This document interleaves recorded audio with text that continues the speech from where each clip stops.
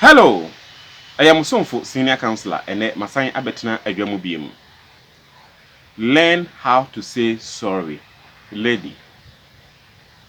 Because of sorry untimi enya den enkenti no.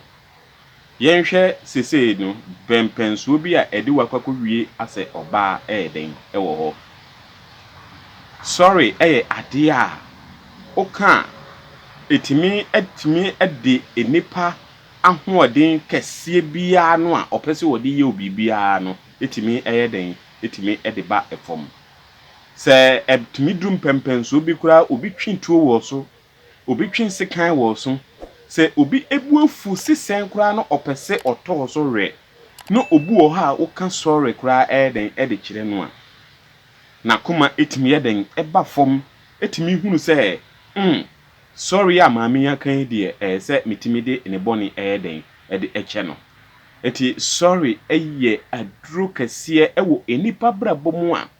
yetimi ka sorry a etimi de enhyira ne enkoso kɛseɛ de yeden de ba ya brabɔ mu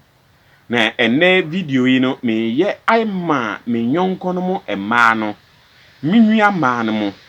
omo a afe na omahye abrabase ene omo a omaduru empempen nsuo bi a ye wura firi se ye betimi ayeden aka sorry den ewo ya abra abomo no mo na ene miye video we ayeden de amamo me pacha obetimi afre senior counselor on +233 54 38 70 990 obetimi awosap me afre me wo phone call so all type of counseling biya no me team professors and doctors no I ready say ye betimi assist still na wuntimi enkan sorry ya kire ekwan ne ekwan bi so a sorry esomfa so se ubetimi agina wanan mu atimi ayeden aka atimi di agye wade kese bi ade afiri baabi a wo yeden wo ebiara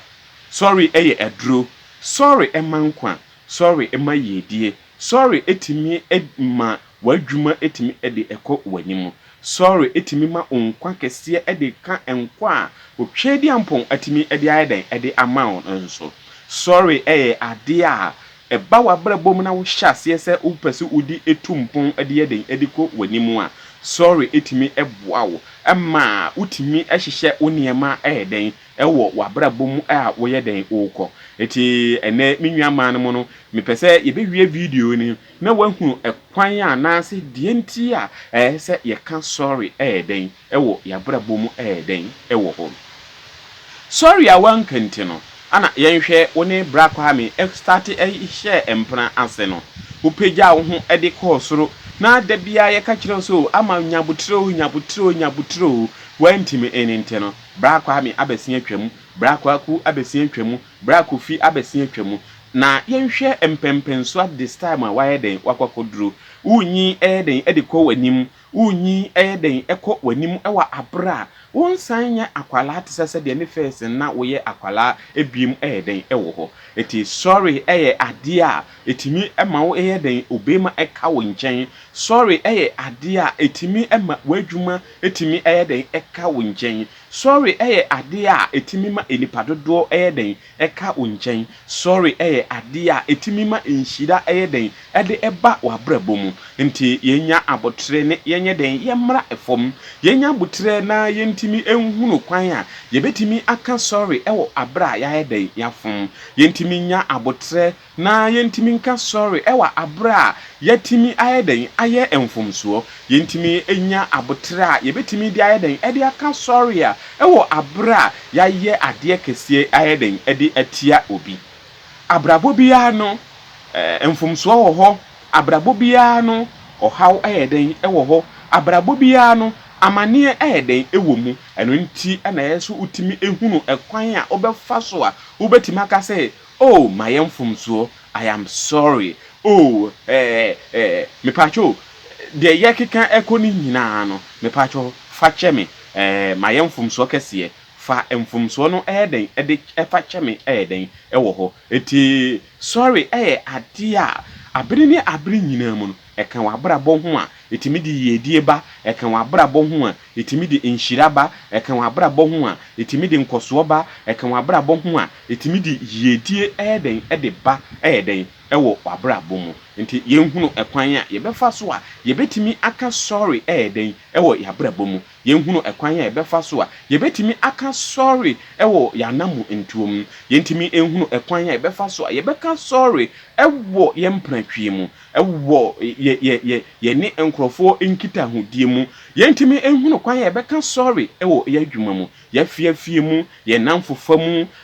nkrɔfo a yɛne ɔmo ɛkɔ ɛba no yenhunu kwan a yɛbɛtimi ayɛden aka sorry ɛwɔ sɛ nkrɔfo no abrabɔ mu na yɛbɛyɛ soronko ɛwɔ bibia no a yɛne enipa ayɛden edi nkitaho yɛbɛyɛ soronko ɛyɛden ɛwɔ abrabɔ mu a yɛne enipa ayɛden etu empɔn yɛbɛtimi ayɛ soronko ɛwɔ enipa abrabɔ mu a yɛne enipa ayɛden edi nkitaho ni aka sɛ a maame we deɛ ne ho adwo maame we deɛ wɔyɛ soronko maame we deɛ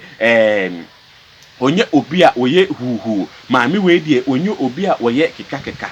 na yenhwe ade baako a mede bɛɛden mede ebewie o so obi bia wonka sorry no yenhwe de ya na esisi wo na abrabɔ mu that is the negative side a wuntimi enka sorry no wunka uye obi a wuntimi enka sorry a ofum ɛwɔ ɛden ɛwɔ adwuma mu a yetimi eyiwodi ɛden ɛwɔ adwuma mu sɛ woni wadamfo bi so na nam na wayɛ ne mfomso kɛse no a mo namfofa no soso no emutimi ɛden ɛtete namfofo ni bi ne sɛn sɛ woni obi wɔ empuna twiem sɛ obu aha wɔhwɛ okora ne daakye no ebetimi de wakɔ awareɛ mu that is dating no soso no etimi ɛde tintanton ɛden etimi ɛde ba sɛ wuti kuro kɛse mu kora ne ebia wayɛ obi mfomso wɔ sɛ wayɛ ne mfomso wɔ sɛ wonyɛ ne mfomso woka sorry soso a na wantimi anka sorry a fe obehunu sɛ ɛde ntawantawɔ ɛbɛto wo ɛne sɛ onipa ɛne ntem nti sorry ɛyɛ ade a abere ne abere nyinaa mu no yɛka etimi ɛde yedie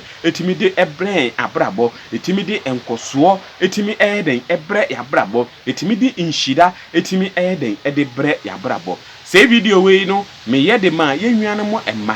sɛdeɛ ɛbɛyɛ a ebetimi amietu impɔn ayɛden ade akɔ yɛnim ebetimi ameyɛ yabrabɔ ayɛ kɛseɛ ɛwɔ abra yɛne nkrɔfoɔ ɛyɛden ɛwɔ nkita ehu odie ɛyɛden ɛwɔ hɔ ɛwɔ mpranatwe mu ɛwɔ adwuma mu ɛwɔ nkosuo mu ɛwɔ yedie mu no yenhunu kwan a yebetimi ayɛden atimi ɛne nkrɔfoɔ ayɛden adi nkita ho ɛwɔ yebibi a yɛyɛden yeye mu senior counselor ni o wobetimi afrɛ me ɛyɛden ɛwɔ +233 54 38 70 990 all type of counseling no wobetimi afrɛ senior counselor ɛyɛden ɛwɔ hanse na me no mienu ayɛden adi nkita ho ni yenhunu de ɛbɛyɛden ɛbɛboa yabrabɔ ni yetimi akyɛ amana ayɛden ayɛ fɛ